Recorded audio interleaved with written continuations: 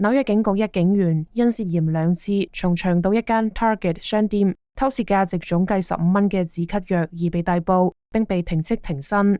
現年41歲嘅 Rainer Meadow 喺紐約警局已工作多年，2024財年收入超過20萬蚊，包括約55000蚊嘅加班費。據稱 Meadow 喺商店自助結賬時冇掃描所有商品，導致商店員工報警。